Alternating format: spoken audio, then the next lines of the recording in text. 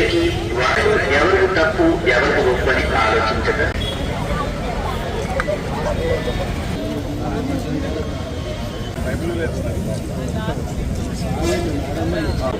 మన government of India జరుగుతున్న రహదారి భద్రతా మహోత్సవాలు ప్రతి సంవత్సరం 4,50,000 యాక్సిడెంట్స్ జరుగుతున్నాయి ఇండియాలో. ప్రతిరోజు 400 నుంచి 500 మంది ప్రాణాలు కోల్పోతున్నారు. ప్రతి సంవత్సరం 1,50,000 మంది చనిపోతున్నారు అన్నమాట. మన అనకాపల్లి జిల్లాలోనే ప్రతి సంవత్సరం 700 యాక్సిడెంట్స్ కూడా అవుతున్నాయి. దీంట్లో 300 ఫ్యాటల్ యాక్సిడెంట్స్ చనిపోయే యాక్సిడెంట్స్ అవుతారు. హెల్మెట్ వేసుకోండి నాన్న, హెల్మెట్ వేసుకోండి మమ్మీ, కార్ లేకపోతే సీట్ బెల్ట్ వేసుకోవాలి, డ్రైవ్ చేసినప్పుడు ఫోన్లో మాట్లాడకూడదు, లేన్ డిసిప్లిన్ ఫాలో చేయాలి.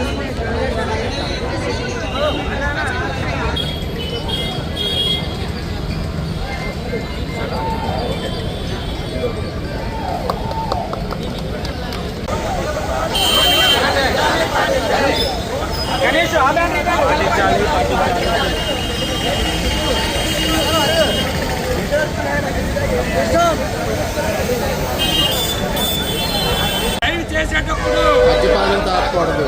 డ్రైవ్ చేసేటప్పుడు డ్రైవింగ్ చేసేటప్పుడు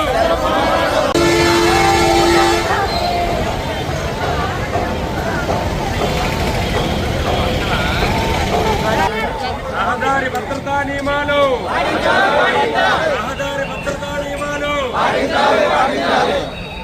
డ్రైవింగ్ చేసేటప్పుడు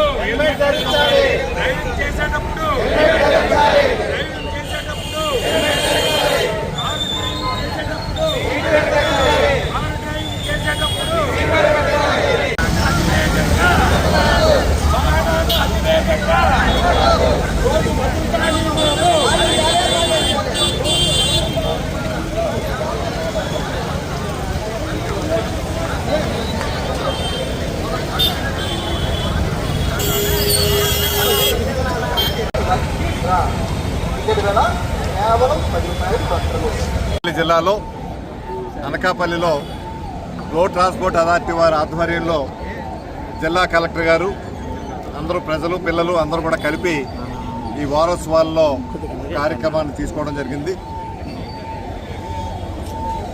భద్రతా ఏర్పాట్లు పటిష్టంగా ఉండాలంటే ప్రజల సహకారం అవసరం. ఈ దేశంలో సంవత్సరానికి 1,72,000 మంది చనిపోయారు లాస్ట్ ఇయర్. గత 5 సంవత్సరాల్లో అయితే 7,77,000 మంది చనిపోయారు. ఒక్క రోజులో 473 మంది చనిపోతున్నారు రోడ్డు యాక్సిడెంట్స్తో. ప్రతి 3 నిమిషాలకి ఒకరు చనిపోతున్నారు.